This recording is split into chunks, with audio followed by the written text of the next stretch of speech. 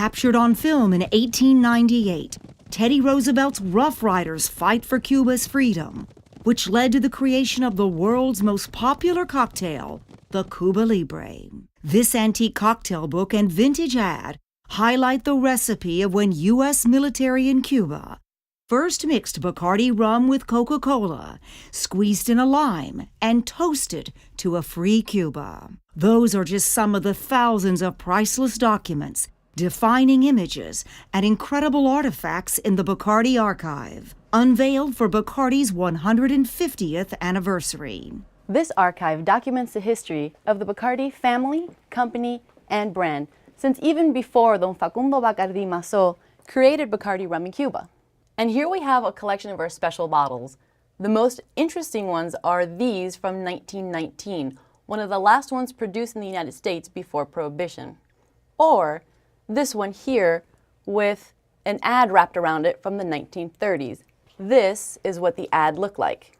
And before standard bottles were developed, Bacardi's very first advertising campaign in 1898 showed scenes of its hometown in Santiago de Cuba, not its rum. Its rum and lifestyle would later define Bacardi advertising through the decades.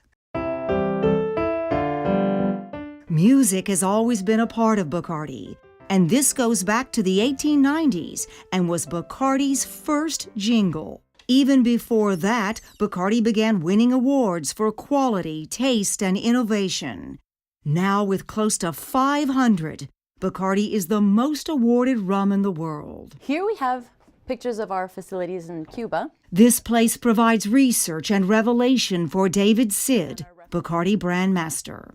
It's amazing what you can find here. I mean, take this collection of antique cocktail books. Some are 100 years old, some are 150 years old, in English, French, German, Dutch, and even Spanish.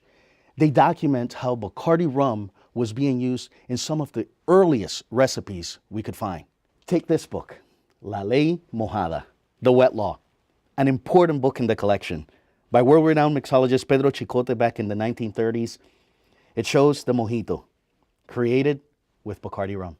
The archive chronicles, as this newspaper of 1960 declares, such extraordinary events as the illegal confiscation of the Bacardi assets in Cuba during the Revolution, and it houses the official confiscation document.